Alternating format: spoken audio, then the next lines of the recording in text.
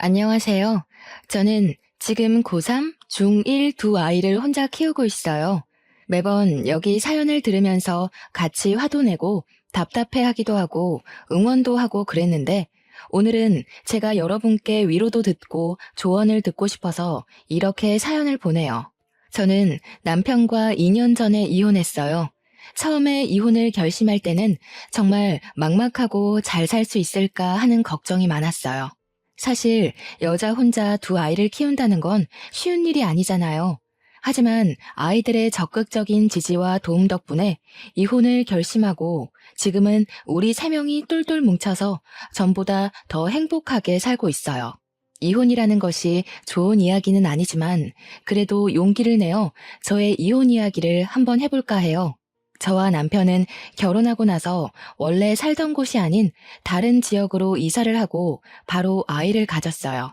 아이가 태어난 후 친정이나 시댁이 다 멀어서 도움을 받을 수 없던 상황인지라 저는 집에서 아이를 돌보게 되었고 남편은 기존에 다니던 회사를 거리상의 문제로 관두고 제 친척 오빠가 운영하는 신발 가게에서 일하게 되었어요.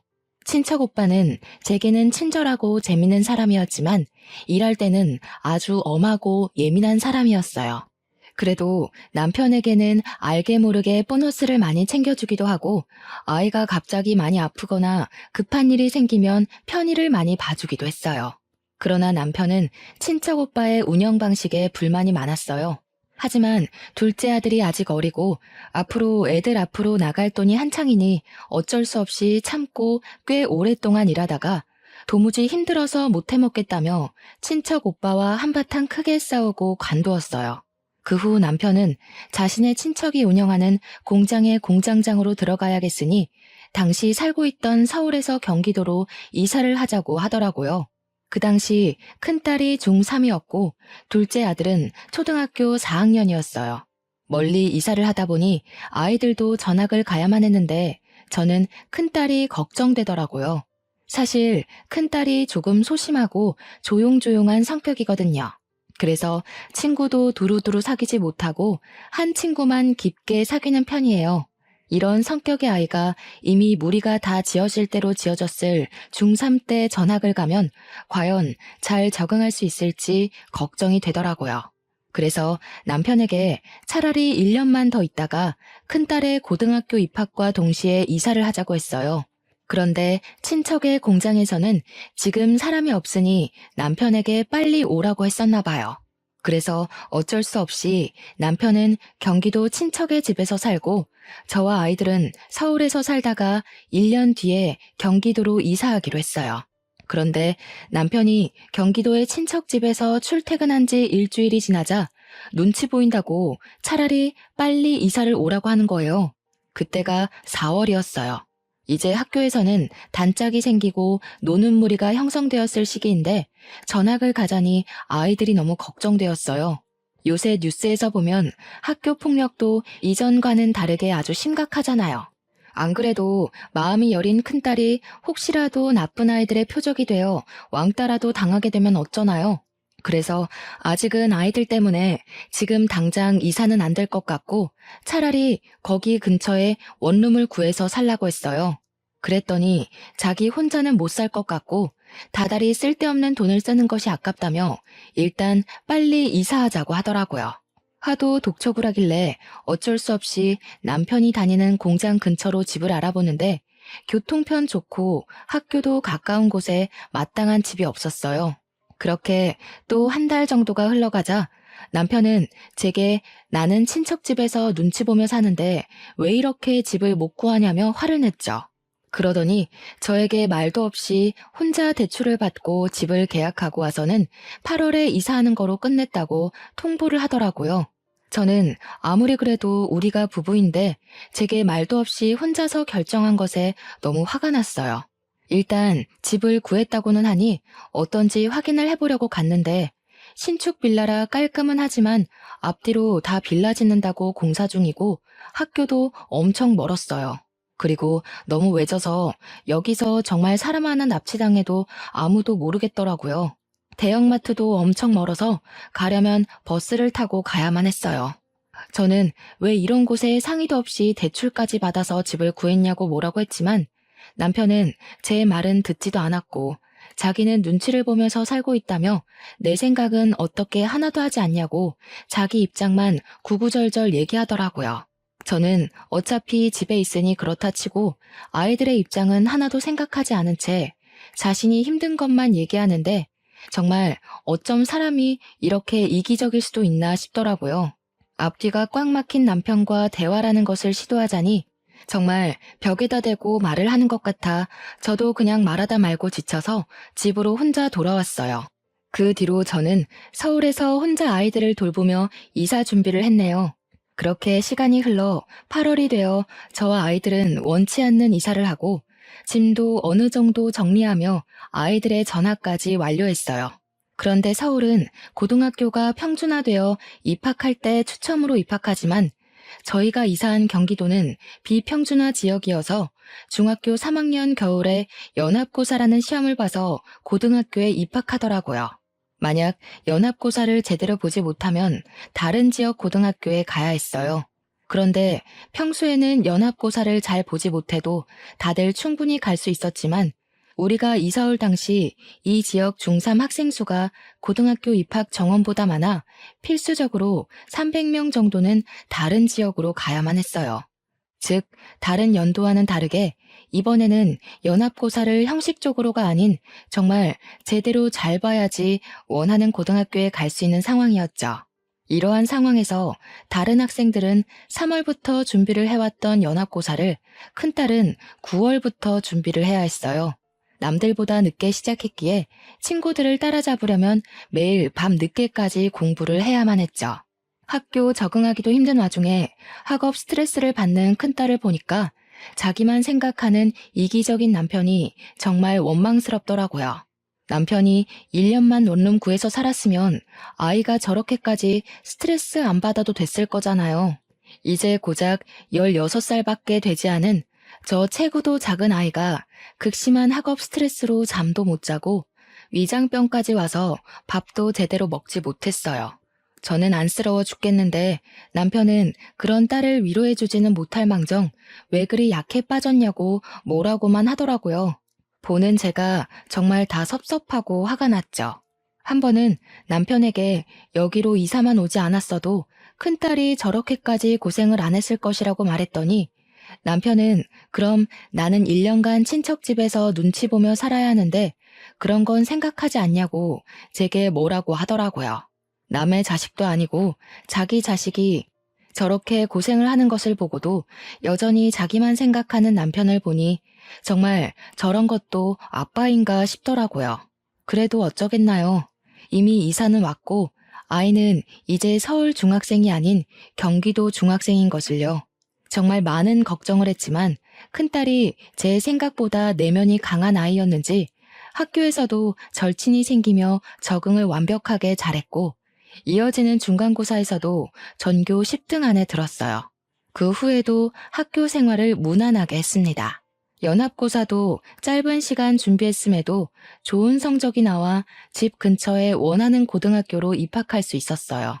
둘째 아들도 성격 좋은 활발한 아이라 진작에 학교에 잘 적응하여 친구들도 잘 사귀고 선생님께도 귀염받고 잘 다녔네요. 이렇게 아이들에 대한 걱정이 한시름 놓이니 우리 집 가정 형편이 걱정되었어요. 남편이 돈을 벌기는 하지만 아이들이 커가고 점점 지출이 늘어나기 시작하면서 저도 이제는 돈을 벌어야겠다는 생각이 들더라고요. 그런데 지인들이 없는 이곳에서 오랫동안 경력이 단절된 저를 써주는 곳은 아무 곳에도 없었어요. 한 달간 정말 많은 곳에 이력서를 넣은 결과 일식집에서 근무할 수 있냐고 연락이 왔죠. 오후 5시부터 새벽 3시까지 홀서빙을 하는 일이었는데 급여도 나쁘지 않았고 가게도 깔끔하고 사장님과 직원분들도 다 좋아 보였어요. 다만 가게가 조금 멀리 있어서 새벽에 퇴근이 걱정되더라고요. 이 부분에 대해 말씀드렸더니 사장님이 집 앞까지 퇴근을 시켜주실 수 있다고 해서 바로 출근을 하게 되었어요. 그렇게 한 달 정도가 지났어요. 처음으로 새벽까지 일하니 몸이 고되기는 했지만 그래도 적지 않게 돈을 벌고 사람들도 다들 잘해주니 좋았어요. 그런데 제가 일을 하기 시작한 후로 남편이 아예 생활비를 주지 않더라고요. 수도세나 전기세 같은 공과금은 제 월급으로 나간다고 해도 적어도 아이들 교복비, 학비와 같은 양육비는 줄 법도 한데 이조차도 전혀 주지를 않았어요. 제가 생활비나 아이들 학원비를 내야 하니 돈을 좀 보내달라고 하면 남편은 너도 돈을 버는데 내가 왜 줘야 하냐고 하더라고요. 저도 돈을 벌기는 하지만 솔직히 그 돈이 많은 돈도 아니었고 아이들 학비나 용돈, 공과금을 내고 나면 저도 오히려 돈이 부족한 상황이었어요. 그나마 결혼하면서 친정엄마가 주신 비상금이 있어 망정이지 그 돈도 없었으면 저는 돈이 한 푼도 없는 상황이었죠. 그래서 제 월급 명세를 보여주며 공과금에 아이들 학원비, 학교 준비물을 사면 생활비나 반찬값이 한 푼도 없다고 했어요. 그래도 남편은 절약하고 줄이라고 하면서 절대 돈을 주지 않더라고요. 제가 뭐 그 돈으로 사치하겠다는 것도 아니고 커가는 아이들 먹이고 입히는 것에 쓰겠다는데 그조차도 용납하지 못하고 돈을 하나도 주지 않는 것이 정말 더럽고 치사하더라고요. 남편이 이런 식으로 나오니 저는 새벽까지 하는 일이 힘들어도 일을 관둘 수가 없었어요. 그러던 어느 날이었어요. 큰딸이 야간 자율학습을 마치고 밤 10시에 집에 오는데 집 근처에서 동네 깡패들을 만났다고 했어요. 다행히 큰딸이 잽싸게 뛰어와서 큰일은 없었지만 딸아이가 그런 일을 겪었다는 것이 너무 속상하더라고요. 제가 그 시간에 집에 있으면 당연히 학교 앞으로 나가겠지만 저는 그 시간에 가게에 있어야 하는 상황인지라 남편에게 어제의 일을 이야기하며 밤 10시에 아이를 데리고 오라고 부탁했어요. 남편은 고1이면 다 컸는데 무슨 데리러 가냐며 오히려 저한테 과잉보호한다며 뭐라고 하더라고요. 저는 그런 남편이 도무지 이해가 되지 않았어요. 제가 뭐 매일 데리러 가라는 것도 아니고 집이 외지고 근처에 사는 친구가 하나도 없는 상황에서 딸이 깡패를 만났다는데 부모라면 당연히 아이를 지켜야 하는 것 아닌가요? 저는 남편에게 제가 일을 하고 있어서 나가지 못하니 꼭 그날은 아이를 데리고 오라고 신신당부를 했죠. 남편은 시큰둥하게 알았다고 대답하더라고요. 다음날 큰딸에게 물어보니 역시나 남편은 아이를 데리러 나가지 않았고 집에서 TV를 보고 있었다고 하더라고요. 차라리 잠이 들었으면 그러려니 하겠지만 TV를 보고 있었다면 충분히 나갈 수도 있는 상황이었는데 자신이 귀찮아서 나가지 않았다는 것이잖아요. 아이가 깡패들한테 맞을 수도 있는 상황에서도 철저히 자기 자신만 생각하는 남편의 모습이 너무 실망스럽고 화가 나더라고요. 이렇게 자기 자신만 생각하며 살 거면 그냥 차라리 혼자 살고 아이도 낳지를 말지 결혼은 왜 해서 이렇게 저와 아이들을 괴롭게 만드나 하는 생각이 들었어요. 그로부터 며칠 뒤 아들의 생일이었어요. 저는 새벽에 퇴근하자마자 미역국을 끓이고 아침에 일어난 아들에게 축하한다고 이야기해 주었는데 남편은 축하한다는 말 한마디 없이 그냥 밥만 먹고 있더라고요. 아들이 남편에게 나 생일인데 선물이나 용돈 없냐고 물으니 남편은 정색하며 무슨 용돈이냐고 밥이나 먹으라고 하더라고요. 아들은 그런 남편의 모습을 보고 크게 실망한 표정을 지었어요. 잠시 뒤 아들은 펑펑 울면서 다른 아빠들은 아들이 생일이라고 하면 생일 선물도 사주고 그 주 주말에는 같이 놀러 가기도 하는데 우리 아빠는 놀러 가기는커녕 용돈도 안 준다고 나를 아들로 생각이나 하냐 하더라고요. 그런 아들의 울음에도 남편은 기어이 생일 축하한다는 말 한마디 없이 그냥 출근했어요. 저는 솔직히 그날은 남편이 케이크라도 들고 퇴근을 할 줄 알았지만 남편은 빈손으로 퇴근을 했더라고요. 그 뒤로 아들과 남편의 사이는 급속도로 멀어졌네요. 남편이 아이들에게 하는 모습을 보면 정말 당장이라도 이혼을 해버리고 싶었어요. 하지만 아이들이 엄마랑만 사는 것보다는 아빠와 함께 사는 것이 더 좋다고 생각되어 남편의 이기적인 행동을 보면서도 바보같이 참고만 살았어요. 그러다가 연말이 되었어요. 연말에는 회식도 많아서 가게에도 손님들이 정말 많았고 장사를 마치고 정리를 하면 늘 새벽 5시였어요. 그래도 사장님이 가게에서 우리 집에 먼데도 여전히 매번 퇴근할 때 집 앞까지 태워다 주셔서 항상 편하게 퇴근을 할 수 있었죠. 어느 12월의 금요일 밤이었어요. 그날은 송년회나 회식으로 유달리 손님이 많아 정말 힘들었고 장사를 끝내니 새벽 5시였어요. 정말 피곤한 몸을 이끌고 사장님 차를 타고 퇴근을 했는데 남편이 그 시간에 안 자고 거실에 앉아 있더라고요. 왜 안 자고 있냐고 물었더니 남편이 저를 아주 매섭게 노려보며 화를 냈어요. 너 이 시간까지 그놈이랑 같이 있었지? 애들도 있는데 잘하는 짓이다. 무슨 소리야? 나 지금까지 가게에서 일하다 왔어. 거짓말하지 마. 내가 방금 너 그놈 차에서 내리는 거 다 봤어. 그리고 원래 3시에 끝나잖아. 지금 6시야. 지금까지 그놈이랑 같이 있었잖아. 아니야? 요새 연말이라 손님들 많아서 늦게 끝난다고 얘기했잖아. 그리고 그분은 사장님이야. 새벽에 택시비도 비싸고 잘 잡히지도 않으니까 집 앞까지 태워다 주는 거라고. 그럼 왜 너만 그 차에서 내려? 다른 직원들은 어디에 가고? 그리고 내가 오늘만 본 줄 알아? 어제도 지난주에도 그 차에서 내리는 거 내 두 눈으로 똑똑히 봤어. 이게 불륜이지 뭐야? 사장이랑 바람 피우는 불륜녀.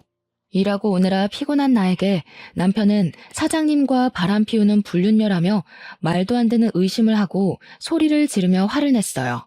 하지만 저는 정말 맹세코 사장님한테 다른 마음 품은 적이 단 한 번도 없었고 무엇보다 가게에 사모님이 함께 계셨어요. 제가 만약에 사장님과 불륜을 저질렀다면 이미 그 가게에서 잘렸겠죠. 그리고 사장님이 저만 태워다 주는 게 아니라 전 직원 다 태워주는데 우리 집이 가게에서 제일 멀어서 제가 제일 늦게 내리는 것 뿐이거든요. 그런데 남편은 제가 사장님 차에서 단둘이 있다가 내렸다는 사실 하나만 가지고 불륜을 의심하고 있었어요. 남편이 그 조용한 새벽에 고래고래 소리를 지르는 통에 아이들이 자다가 놀라서 나와 남편을 말렸어요. 아이들이 울면서 그만하라고 소리를 지르니 남편이 그냥 집 밖으로 나가버리더라고요. 저는 놀란 아이들을 진정시키고 잠깐 자려고 안방에 누웠는데 너무 억울하고 분통해서 피곤한데 잠도 안 왔어요. 잠시 후 아이들은 친구들 만나러 나가고 저 혼자 그냥 멍하니 누워있는데 남편이 들어왔어요. 진짜 솔직하게 말해봐. 정말 그놈이랑 만나는 거 아니야? 당연히 아니라고. 요새 연말이라서 손님들 많아서 늦게 끝나는 거라니까. 게다가 가게에 사모님도 같이 일하고 계시는데 만나고 뭐하고 할 게 뭐가 있어. 그럼 차라리 일 관둬. 그 일 관두고 다른 일해. 가게는 많잖아. 안 그래? 내가 왜? 나 이제 여기서 일 적응해서 잘 다니고 있는데 왜? 그리고 솔직히 다른 곳보다 여기가 훨씬 돈도 많이 줘. 애들 학비며 용돈, 생활비에 공과금까지 다 내 돈으로 하는 마당에 내가 왜 이 좋은 일자리 두고 다른 곳에 가야 하는데? 네가 돈도 안 주면서 어떻게 먹고 살아? 애들이랑 다들 쫄쫄 굶고 살아? 그건 그냥 아껴서 하면 되잖아. 사람이 자기 분수에 맞게 살아야지. 어떻게 맨날 고기만 먹어? 뭐? 내가 언제 뭐 비싼 고기를 먹지? 그리고 나만 먹어? 우리는 밥에 김치만 먹어도 커가는 애들은 고기도 먹고 해야 하잖아. 한 근에 얼마 안 되는 삼겹살 좀 애들 먹이고 싶은데 생활비에 공과금 내 월급으로 내고 나니 돈이 없더라 돈이. 말이 나와서 말인데 도대체 네 월급은 다 어디에다가 쓰니? 너야말로 새살림 차려서 여자한테 돈 다 갖다 바치는 거 아니야? 너 말이면 다인 줄 알아? 너야말로 그놈이랑 불륜 저지르고 거기 계속 그렇게 다니는 거 아니야? 네 남편이 그렇게 싫다는데 굳이 거기에 가야겠어? 이렇게 가게가 많은데. 저는 혼자 오해하고 진실을 알려고 하지도 않으며 귀를 닫아버린 남편과 이야기를 하자니 속이 터져서 돌아버리겠더라고요. 말해봤자 제 입만 아프고 시간만 낭비되니 그냥 나 잘 테니까 나가라고 했어요. 그런데도 남편은 계속 그곳을 관두지 않으면 이혼하겠다는 말까지 하더라고요. 솔직히 지금도 제 돈으로 다 먹고 사니 이혼을 해도 경제적으로 큰 문제는 없었어요. 아이들도 이제 혼자서 학교 다녀오고 저 없이도 알아서 밥도 잘 차려 먹고 생활할 수 있기도 했고요. 그런데 갑자기 이혼하면 아이들이 받을 정신적인 상처가 걱정되었어요. 특히 감정이 예민한 큰딸은 더 큰 상처를 받을 것 같았어요. 그래서 일단은 아이들이 성인이 될 때까지는 남편이 저래도 참고 그냥 한 귀로 듣고 한 귀로 흘리며 기다려야겠다고 생각했어요. 남편은 그 뒤로도 계속 저를 의심했죠. 그러나 여기만큼 급여를 잘 주고 사람도 좋은 곳을 찾지 못해서 저는 의심을 하든 말든 그냥 계속 다녔어요. 사실 제가 일식집에서 정말 다른 남자를 만난 것도 아니고 사장님과 눈이 맞은 것도 아닌데 남편이 오해한다는 이유 하나만으로 이렇게 좋은 직장을 관둘 필요가 전혀 없잖아요. 무엇보다 남편은 생활비를 일절 주지 않았어요. 제가 만약에 남편의 말대로 여기보다 급여는 훨씬 적은 곳으로 간다고 해서 생활비를 줄 것 같지도 않았거든요. 어떤 핑계를 대서라도 생활비 한 푼 안 줄 사람이란 것을 알기에 더더욱 관둘 수가 없었어요. 그렇게 매일 싸움으로 지쳐가던 어느 날이었어요. 하루는 일하는데 새벽 2시에 큰딸에게 전화가 왔어요. 아빠가 이 시간에 집에 없다는 거예요. 일단 알겠다고 하고 남편에게 전화했어요. 그런데 받지를 않더라고요. 전화를 끊고 다시 일하려는데 사장님이 저를 부르더니 살 것이 있다고 잠깐 편의점 좀 다녀오라고 하셨어요. 저는 가게에서 나와 편의점으로 향했어요. 편의점을 가려면 큰 신호를 건너 아파트 단지 앞까지 가야 했죠. 아파트 단지 앞으로 걸어가는데 저 멀리 남편과 웬 여자가 팔짱을 끼고 걷더라고요. 저는 남편을 부르려다가 뭔가 이상해서 이게 무슨 상황인지 지켜보기로 했어요. 그 둘은 팔짱을 끼고 아파트 안에까지 들어갔어요. 저는 계속 쫓아가서 몇 동으로 들어가고 몇 층으로 올라가는 집까지 알아냈어요. 그리고 저도 바로 따라 올라갔죠. 엘리베이터를 타고 해당 층에서 내리니 그 층에 2개의 집이 있더라고요. 오른쪽의 집은 아예 불이 꺼져 있었고 왼쪽 집은 불이 켜져 있었어요. 현관에 귀를 살짝 대보니 남편과 여자의 대화 소리가 들리더라고요. 저는 이 집에 남편이 있다고 확신하고 벨을 눌렀죠. 여자가 먼저 누구냐고 묻길래 일부러 말을 안 하고 가만히 있었어요. 제가 조용히 있다가 다시 벨을 누르니 남편이 누군데 이 시간에 벨을 누르냐고 화를 내며 현관문을 열었어요. 그런데 제가 그 앞에 서 있는 모습을 보고 깜짝 놀라더라고요. 네가 왜 여기 있어? 이 집은 어떻게 알고 온 거야? 너야말로 집에 있어야 할 이 시간에 이 집에 저 여자랑 왜 있니? 희진이가 전화 왔더라. 새벽에 잠깐 깼는데 네가 없다고. 아, 이렇게 2집 살림해서 우리 아이들 키울 돈이 없었니? 그래? 그래놓고 나한테 불륜을 저지르느니 마느니 방귀 낀 놈이 성낸다더니 딱 그 꼴이네. 여보, 누구야? 누구길래 이렇게 화를 내? 아이 이야기는 또 뭐고? 여보? 지금 상황 보면 모르시겠어요? 이 사람 원래 저랑 결혼해서 애가 2이나 있는 유부남이에요. 뭐 어차피 저는 이 사람 성격에 질려서 이혼하려던 참이었으니까 그쪽이 이 남자를 가지든 말든 알아서 하세요. 소영아, 아니야. 이 사람 옛날에 한번 만났는데 정신이 좀 오락가락해. 허언증도 있고 좀 그래. 이 시간에 이렇게 다니는 거 보면 모르겠어? 그렇게 병원을 가라는데도 가지도 않고 그러네. 그니까 서영이는 상관하지 마. 알았지? 그냥 정신 나간 여자야. 남편은 저를 정신병자 취급하며 정신 나간 여자라고까지 했어요. 지금 생각해보면 딱히 틀린 말은 아니었던 것 같아요. 자기밖에 모르고 제멋대로 상상의 나래를 펼치고 의심하는 사람과 사느라 그때는 정말 저도 제정신으로 버티기가 힘들었거든요. 정말 아이들이 있으니 버티고 참았지 아이들마저 없었으면 이미 저는 정신병원에 갔을지도 모르겠네요. 아무튼 그런 남편의 말을 상간녀는 그 말을 또 곧이곧대로 듣고 저에게 나가라고 하더라고요. 저는 더 화내고 따져묻고 싶었지만 상간녀와 남편이 나를 밀어내고 문을 닫아버리는 통에 나올 수밖에 없었어요. 아파트 밖으로 나와 다시 정신을 가다듬고 편의점 갔다가 가게에 들어가는데 이 상황이 화가 나는 것이 아니라 오히려 마음이 싹 정리되면서 편안해지더라고요. 그날 홀가분한 마음으로 퇴근하고 집에 오니 새벽 4시였고 남편은 당연히 집에 없었어요. 그때까지 걱정으로 잠을 자지 못하는 큰딸에게 아빠와 연락이 되었는데 잠깐 회사에 일이 생겨서 급하게 나갔다고 했어요. 아무리 못된 남편이라도 아이들에게는 자신을 낳아준 아빠인데 그런 아빠가 다른 여자와 살림을 차렸다는 이야기는 차마 못하겠더라고요. 그리고 큰딸에게 혹시라도 아빠랑 엄마가 이혼하면 어떨 것 같냐고 물어봤어요. 큰딸은 그래도 자기는 엄마 편이라고 하며 이혼하면 오히려 좋다고 하더라고요. 이야기해보니 큰딸은 그동안 남편이 제게 생활비 한 푼도 안 주고 오히려 다른 남자 만난다고 오해했던 것까지 모든 상황을 다 알고 있더라고요.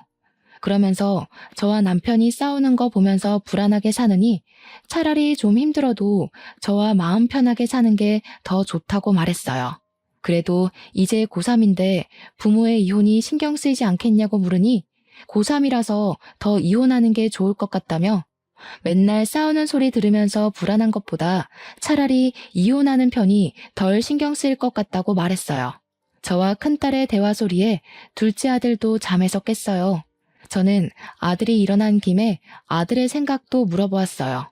아들도 역시 아빠와 함께 좋은 시간을 보낸 적도 없고 집에 오면 자신들과 함께 있는 것을 귀찮아하고 아빠가 집에 있으면 오히려 더 불안하고 좋지 않다며 이혼하는 것에 찬성한다고 하더라고요. 아이들의 말을 듣고 저는 바로 남편과 이혼을 하기로 마음먹었어요. 사실 저는 이기적이고 아이들조차도 돌보려 하지 않는 남편에게 이미 5만 가지 정이 다 떨어진 상태여서 다른 여자를 만나 무슨 짓을 하든 말든 저는 아무 상관이 없었어요. 항상 이혼하고 싶은 마음은 굴뚝 같았지만 그래도 아이들에게는 이 사람이 아빠인데 이혼한다면 아이들의 마음에 큰 상처를 줄 것 같아 이혼을 못하고 있었거든요. 그런데 남편이 다른 여자를 만나 살림까지 차리는 것을 두 눈으로 확인하고 게다가 아이들도 이혼하는 것에 대해 찬성하는 이 마당에 저는 제가 이혼을 못할 이유는 없다고 생각했어요. 그리고 다음 날 저는 이혼 서류를 준비하고 남편 공장 앞으로 갔어요. 그리고 남편에게 전화를 걸어 잠깐 앞으로 나오라고 했죠. 남편이 나오자 아무 말 없이 이혼 서류를 던져주고 그냥 왔어요. 그리고 집으로 돌아가는데 시어머니한테 전화가 오더라고요. 종태한테 다 들었다. 네가 불륜을 저질렀는데 뭐가 잘한 게 있다고 이혼 서류를 내밀어? 불륜을 저지른 것이 자랑이야? 어머니, 제대로 좀 알고 화를 내세요. 그동안 어머니 아들이 어머니 손주들 크는데 돈 한 푼도 안 줘서 제가 새벽까지 일하며 돈 벌어서 다 먹이고 키웠어요. 그런데 제가 그렇게 일하는 새벽에 어머니 아들은 이미 다른 아파트에서 젊은 여자랑 새 살림을 차렸어요. 그래서 이혼하자고 서류 내민 게 그렇게 잘못이에요? 우리 종태가 그럴 리가 없다. 종태가 얼마나 책임감 강하고 성실한 아이인데 네가 돈을 헤프게 쓰느라 생활비가 다 떨어졌던 거겠지. 그리고 젊은 여자랑 새 살림이라니 말도 안 된다. 네가 오해한 거겠지. 어머니는 남편의 말만 듣고 무조건 다 제 잘못이라고만 하면서 자기 아들에게 사과하고 같이 살라고만 했어요. 시어머니와의 전화를 끊으니 이번에는 남편의 형, 동생이 돌아가면서 전화해서는 제게 불륜 저질러 놓고 뭐가 그리 당당하냐고 뭐라고 했어요. 게다가 남편 회사의 사장님인 친척 형까지 저한테 전화해서 남편이 돈 벌어다 주면 알뜰살뜰하게 집에서 살림이나 잘할 것이지 돈도 헤프게 쓰고 다른 남자까지 만나냐며 뭐라고 하더라고요. 누가 한 가족 아니랄까봐 남의 말은 하나도 듣지 않고 혼자 오해하고 의심하는 게 다들 똑같더라고요. 저는 너무 화가 나서 견딜 수가 없었어요. 이 사람들에게 남편의 잘못을 확실히 알려주기로 했어요. 남편이 잘못해서 이혼하는 마당에 꼭 내가 잘못해서 이혼한 것처럼 있기는 억울하잖아요. 일단 가게에는 죄송하지만 급하게 집안일이 생겨 일주일만 쉬겠다고 양해를 구했어요. 그리고 남편이 퇴근할 시간에 맞춰 상간녀가 사는 아파트 앞으로 갔죠. 얼마 지나지 않아 남편이 나타났어요. 제가 이혼하자고 하니 이제는 아주 당당히 제 집 가듯이 들어가더라고요. 저는 기회를 놓치지 않고 아파트에 들어가는 사진을 찍었어요. 또 사진 찍을 것이 있을까 싶어 기다리는데 마침 둘이 팔짱 끼고 다정하게 나오더라고요. 몰래 쫓아가니 세상 다정한 부부처럼 장을 보고 있더라고요. 우리 집에서는 한 번도 사지 않았던 비싼 소고기도 장바구니에 넣더니 남편이 자신의 카드로 계산을 하더라고요. 저랑 장을 볼 때는 달걀 한 판도 아깝다며 한 판 다 못 먹으니 10구짜리만 사라던 사람이었거든요. 마트에서도 둘이 딱 달라붙어서 시식 코너에서는 서로 먹여주기도 하며 장을 보는데 볼수록 가관이더라고요. 저는 이 모든 모습을 사진을 찍어 남편의 가족과 친척들에게 보냈어요. 그리고 다들 제가 불륜을 저질렀다고 하시는데 실제로는 이렇게 남편이 다른 여자와 불륜을 저지르는 상태이고 저는 지금 생활비 한 푼도 못 받는 상황인데 이런 상황에서 제가 이혼 서류를 내민 것이 그렇게 욕을 먹을 만큼 잘못한 것이냐고 문자를 보냈어요. 그렇게 문자를 보내고 집에 들어와 쉬고 있는데 남편에게 전화가 왔어요. 너 제정신이야? 아무리 그래도 그렇지. 어떻게 내가 서영이랑 만나고 있는 사진을 그렇게 다 보내? 네가 보낸 사진과 문자 보고 우리 엄마 충격으로 쓰러지셨어. 어떡할 거야? 네가 나보고 정신 나간 여자라며. 정신 나간 여자가 무슨 짓인들 못할까? 그리고 너네 가족한테 내가 불륜 저질렀다고 얘기했더라? 내가 진짜 불륜이라도 저질렀으면 이렇게 억울하지라도 않지. 네가 잘못했는데 왜 내가 욕을 먹니? 어머니 일은 안타깝지만 어머니 쓰러지신 게 네 잘못이지 내 잘못은 아니잖아. 안 그래? 사실 시아버지가 지금은 돌아가셨지만 젊은 시절 그렇게 바람을 피우고 다니셨다고 해요. 정말 여자 문제, 돈 문제로 시어머니가 마음고생을 말도 못하게 하셨죠. 그런데 아버지를 절대 닮지 않겠다고 다짐했던 아들이 자기 남편과 똑같은 짓을 하고 이혼당하게 생겼으니 그 충격에 쓰러지신 거죠. 어머니께서 쓰러지신 것은 너무 안타까운 일이지만 이 와중에도 남편은 자신의 잘못은 생각하지도 않고 무조건 다 제 탓으로 돌리더라고요.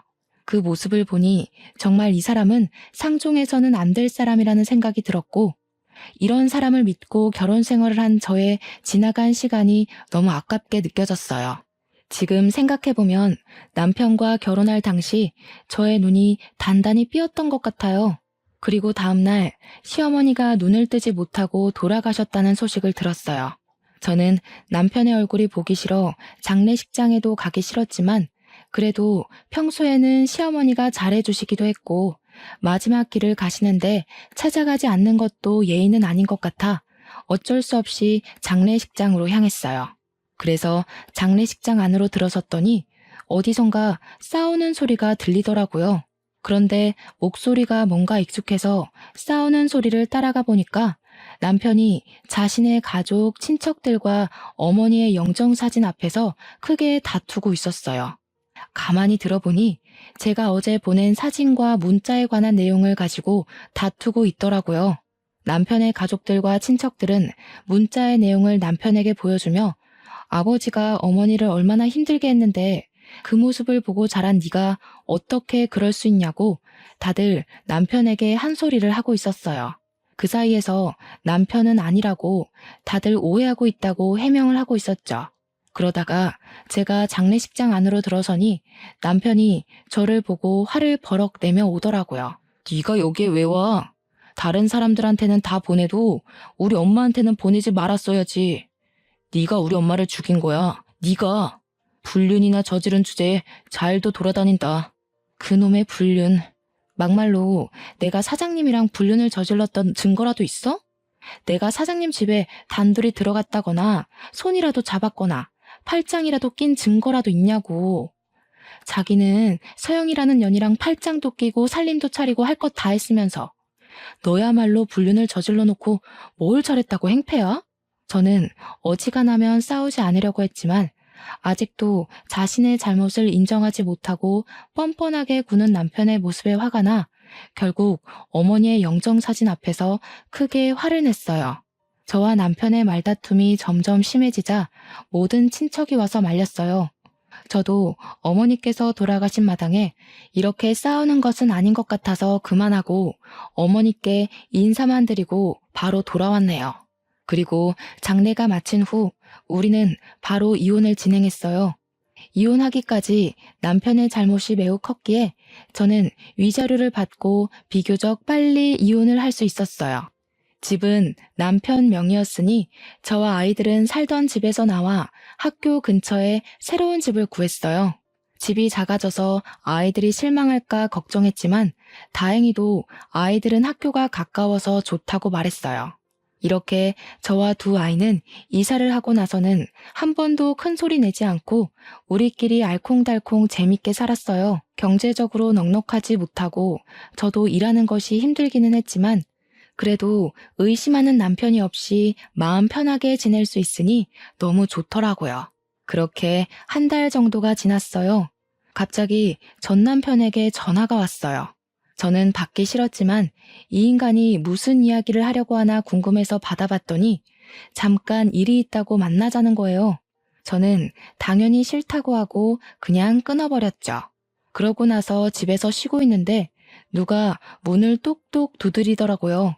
문을 열어보니 전 남편이었어요. 그때가 평일 낮이라 회사에 있을 시간일 텐데 거짓골이 돼서 제 앞에 서 있더라고요.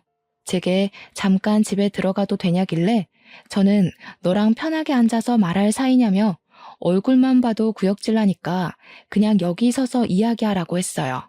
나 배가 너무 고프고 돈도 한 푼도 없는데 들어가서 밥 한 끼만 주면 안 돼? 너 회사 다니면서 번 돈 있잖아. 그리고 밥은 서영이라는 년한테 차려달라고 할 것이지. 왜 여기 와서 달래? 걔가 전문 꽃뱀이었어. 이 말 저 말로 꼬시면서 내가 번 돈 족족 빼가고 집도 다 갖고 튀었어. 꼬락선이 참 좋다. 걔 앞에서 내가 정신 나간 여자니 상대하지 말라고 할 때는 언제고 결국에는 그 여자한테 다 빼앗겼니? 그럼 네 잘난 형이랑 동생한테나 가봐. 형이랑 동생도 어머니 장례식 후에 엄마가 그렇게 아빠 때문에 고생한 거 알면서 어떻게 아빠랑 똑같은 짓을 했냐고 나한테 영 끊자고 했어. 그 뒤로 연락도 안 되고 집에 가도 문을 안 열어줘. 회사에서도 소문 퍼져서 해고당하고 다른 회사에 가보려고 해도 이미 소문이 퍼져서 그런지 다들 오지 말래. 나 정말 오갈 데도 없는 거지 신세가 됐어. 그래도 우리 애들도 있는데 자선사업 한다 생각하고 나 좀 봐주라. 응? 내가 이렇게 무릎 꿇고 싹싹 빌게. 그래서 이제 와서 나보고 네 밥이라도 차려달라고? 진짜 너 뻔뻔하다. 기억 안 나? 너 내가 일한 뒤로 생활비 부족하다고 말해도 돈 한 푼도 주지 않던 사람이야. 그런데 그럼 너한테 내가 왜 밥을 차려줘야 하니? 그래도 내가 아이들 아빠인데 너무한 거 아니야? 아이들이 아빠가 이렇게 거짓골로 다닌다고 하면 뭐라고 생각하겠어. 그렇게 아이들 생각한다는 사람이 야자 끝나고 오는 길에 깡패 만날 것 같아서 데리러 가라니까. TV나 보고 있었냐? 애들 생일은 알아? 네가 애들 생일에 미역국 끓이고 케이크라도 사준 적 있어? 큰딸 고등학교 입학한 후로 애들 학비, 학원비 한 푼이라도 네 월급에서 나간 적 있어?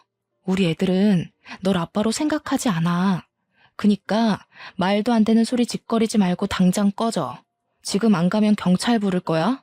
전 남편은 저의 단호한 이야기에도 나가지 않고 계속 무릎 꿇고 빌고 울길래 저는 경찰을 불러서 쫓아내버렸어요. 나가면서도 그래도 한때는 아이들 아빠인데 어떻게 이렇게 매정하냐며 뭐라고 하더라고요. 매정한 게 누군데 저에게 뭐라고 하니 참 기가 막히더라고요. 역시 전 남편은 여전히 자기만 아는 철저히 이기적인 사람이었어요. 그 후에는 아이들 학교 시간에 맞춰서 학교 앞으로 가서 아이들에게 접근해서 아빠 행세를 하려 했지만 솔직히 아이들이 한창 뛰어놀고 싶을 때 놀이동산이나 동물원은 고사하고 집 앞 공원조차도 한번 데려가지 않고 용돈도 한번 안 준 아빠가 아이들이라고 좋겠어요. 아이들도 그런 아빠를 무시하고 매몰차게 거절했다고 해요. 그런 아이들에게 그래도 아빠인데 혹시라도 아빠와 함께 시간을 보내고 싶다면 제 눈치 보지 말고 언제든지 가도 좋다고 했어요. 그랬더니 아이들은 질색하며 그런 아빠와 같이 있느니 차라리 아빠 없이 사는 게 더 낫다고 하더라고요. 그 말을 듣는데 아이들의 마음이 이해가 되기도 하면서 가엾더라고요. 아빠가 있긴 하지만 아빠의 역할을 전혀 하지 않아 차라리 없는 것이 더 낫다고 말하는 아이들의 마음이 어떨까 하는 생각에 너무 짠하고 안쓰러웠어요. 그래도 아이들에게는 아무리 나쁜 아빠여도 아빠는 아빠라고 말하며 너무 아빠를 미워만 하지 말라고 타일렀네요. 그 뒤로는 전 남편은 이제 제게 연락을 하거나 아이들 앞에 나타나지 않았어요. 저도 굳이 알고 싶지도 않고 아이들도 이제는 아빠의 존재를 잊고 살아가고 있네요. 사연을 쓰면서 생각났는데 처음에 제가 전 남편과 결혼한다고 했을 때 친정엄마가 너무 이기적이고 자기 자신만 생각한다며 그렇게 반대를 하셨거든요. 그때는 아니라고 나한테 정말 잘해준다며 엄마가 잘못 본 거라고 우겼는데 결국에는 엄마의 말씀대로 마음고생을 심하게 하고 이렇게 이혼하게 되었네요.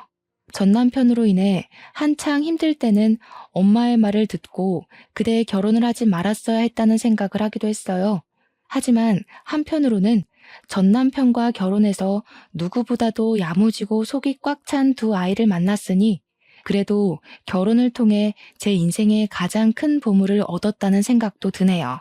비록 이혼이라는 과정을 통해 아이들에게 본의 아니게 상처를 주긴 했지만 그 상처를 보듬어주고 아이들 아빠 몫까지 최선을 다해 사랑해주며 감사한 마음으로 살아가려고요.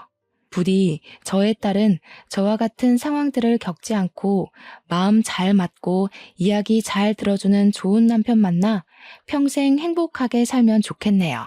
마지막으로 한창 부모의 사랑이 필요할 시기에 사랑은커녕 부모가 싸우는 것만 보았지만 그래도 사고 한번 치지 않고 잘 자라고 있는 우리 아이들에게 진심으로 고맙고 사랑한다는 말을 전하고 싶네요. 이제 나이가 들어 새벽까지 일하기가 쉽지는 않지만 그래도 힘을 내보렵니다. 저는 두 아이의 엄마니까요. 지금까지 저의 사연을 들어주셔서 감사합니다.